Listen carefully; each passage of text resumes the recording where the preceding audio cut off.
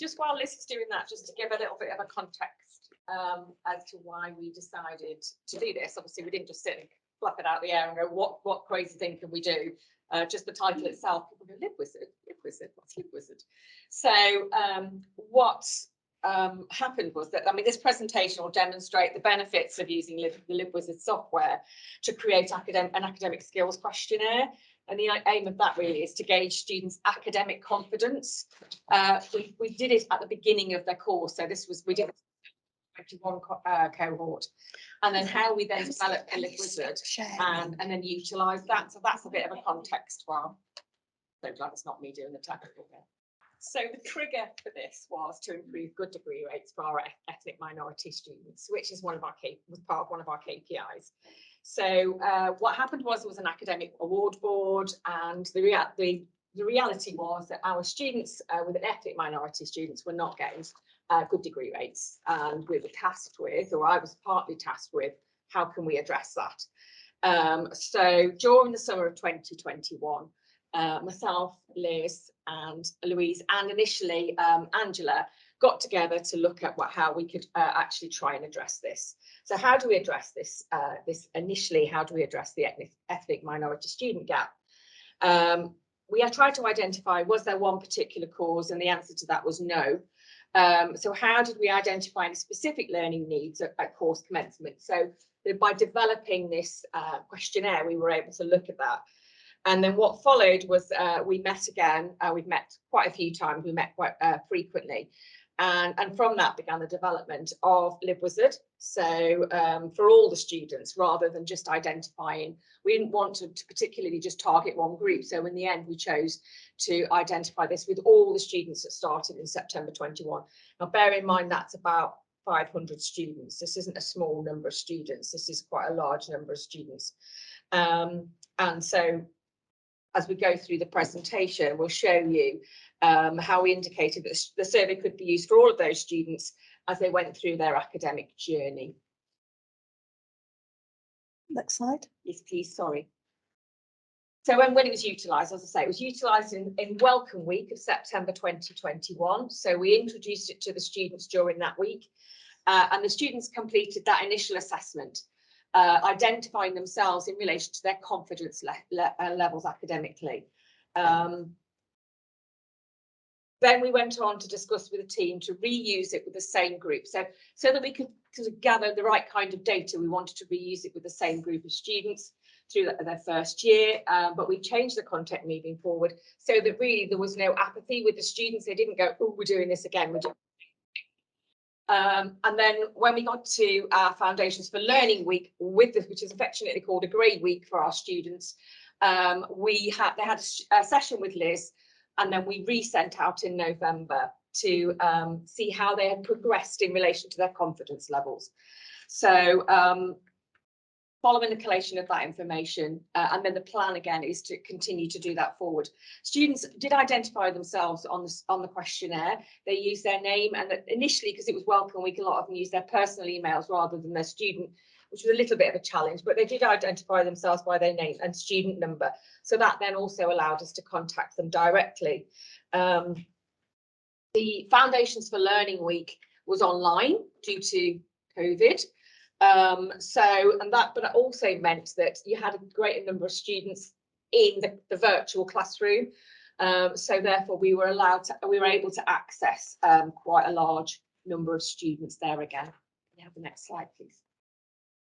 What was included in the LibWizard that we created, and Liz is going to talk about that a little bit more in a second, is students identified their confidence levels around academic reading, critical reading, IT skills, time management, or referencing any of those things. Some students were more confident than others, and then there wasn't really we didn't identify initially a clear link in relation to age because we didn't have those statistics to start with. And what we're also very mindful of for our students is not that as a lot of other students, our students have to have IELTS 7 to be on their courses. English wasn't always their first language. So, and that potentially is something that we need to add, I think, moving forward to that, as to identifying those students where English isn't their first language, so that we can target those students a little bit more. And we've looked into that in a little bit of a different way since then. Do the next slide. So my slides are going to give you a little bit more of a flavour about what it looks like and about how we collected the data and what that data looked like in itself and how we've been able to analyse that. So a little bit more about LibWizard first of all. It's a suite of software that's available to academic libraries. It brings you a range of different things, or brings us a range of different things. This is LibWizard itself, but it comes from SpringShare, who provide our software that actually creates the library webpage. So if you visit the library webpage, it's like a content management system to provide us to create that. It's how the students will book on our events, and how they book appointments with us as well. So it's a fantastic suite of apps that we use, sort of referred to as Lib apps because it's for the library system. But LibWizard is a fairly new tool that they've added to this suite, which provides us with the opportunity to create forms, surveys, quizzes, and tutorials and assessments. And it's the tutorials function that we've used within LibWizard to make this particular piece of work. Next one, please. So this is what it looks like to the students. This is in fact the first question slide. There's an introductory slide first that tells them a bit about it, and then they can move forward. You'll see on the right-hand side, there's a section there from our web page. So we've selected a page that we want them to look at on a particular topic. This one is on academic reading. So this is the question about that particular topic.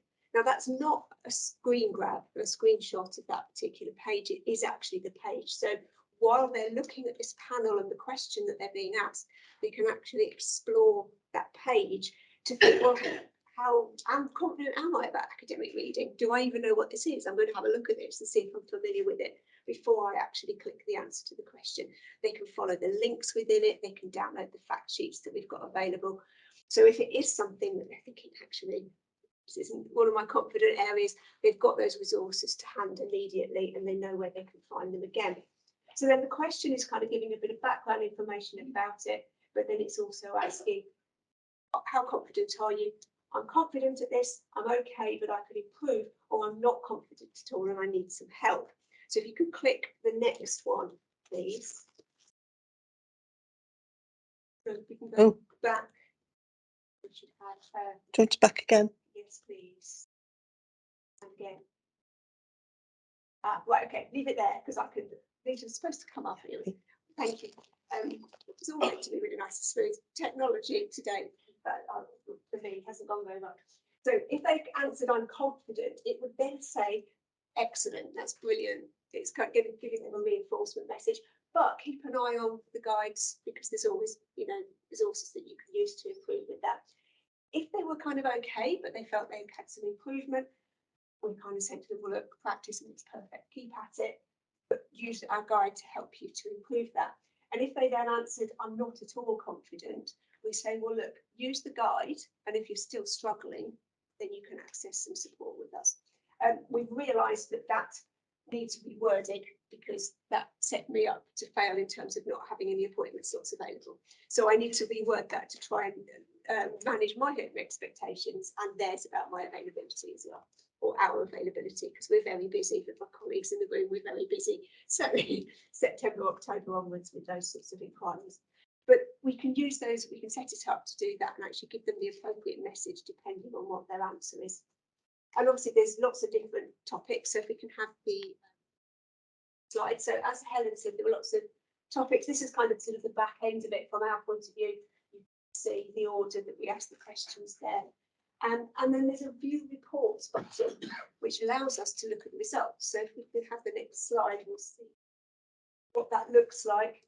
Obviously, this is just it in its raw form. We can start seeing how students have said, so this one is confident at everything. So that's fantastic, of course. And then we've got a mixture for the other two responses. Tells us when the last result was. So there may even have been some more now after the screen grab. And you've got some options at the top. So you can then export that data. So we can have the next one. See what that looks like, which looks a bit unmanageable. I've hidden some of the columns here, but this does include the student's name, as Helen said. So that if there was somebody who said, I'm not confident about everything, then you'd be able to look at that person and go, right, we need to make sure that this person's okay, make sure that they are feeling confident and that they know that they can get the support they need to improve that further. And again, conversely, we've got two who are they're not at all confident, but I'm okay. We've got some that were okay, but all of them. We'll see that a bit more in a minute. But you can go along, you can find that their details, find out what level they're at. I think initially RIPS was open to everybody, wasn't it? Level 4, 5 and 6. And going forward, we are going to target to have different versions targeted at each level to make that a little bit easier. So at this stage, it was just about trying it and seeing what problems we came up against. And that was one of the things that we know that we can improve in the future. So the next one, which makes it easier, sorry for the colours. But I colour coded this one just to do a basic bit of analysis on this. So we can straight away see where the reds are, which are the not confidence, compared to the greens. We've got there's our I'm confident at the top, doing really well there. But the others are a mixture, which is kind of what you'd expect. And then underneath some analysis about how you can start looking at which are the things that they're most confident at. Note taking came out with the highest confidence, but we've got a few for the lowest, which we've got academic writing, planning and time management, critical reading. I think that one, I can't remember what that one actually was, but whatever that one was. Another thing we've learned, you need to make sure the labels are consistent. So this is, a work in progress from that point of view. And then, as I said before, Helen would be able to identify which students were answering in a way that was concerning, and then contact them, but make sure they get the support that they need. Next one, please. So, Helen, I think you were going to do this one, weren't you? Thank you very much. Yep.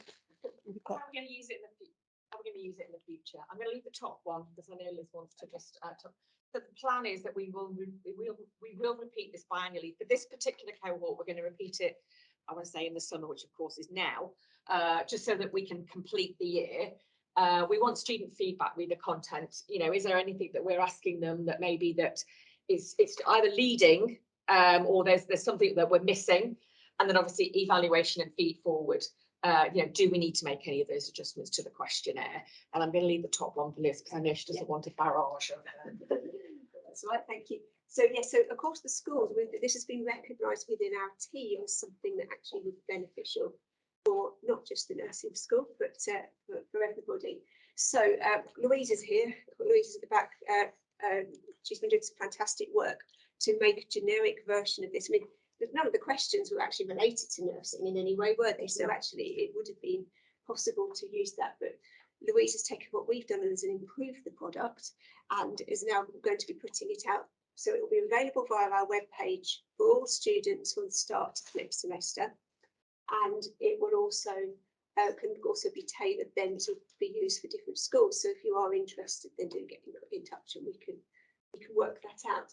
And I've also mentioned that certainly for nursing, I'm going to make a differentiated version so that we can have a version for level 4 and then level 5 and then level 6, so that the students aren't going to look at it and go, hang on, I did this last year. They will have done it last year, but it will be a version that's tailored to their level. So it's a big learning curve, and I think from that we've learned some important lessons about how to improve it going forward. Now, one final thing to say: if you do want to learn more about the generic version, please do come to the LibWizard presentation 2 till 3 tomorrow. Thank you. Learning Market, I believe it is, isn't it? Yeah. The location. Yeah. So please do come along to that, because you'll find out not just about that, but about our other projects that we're putting into action from next semester. Okay. Thank you. Thank you.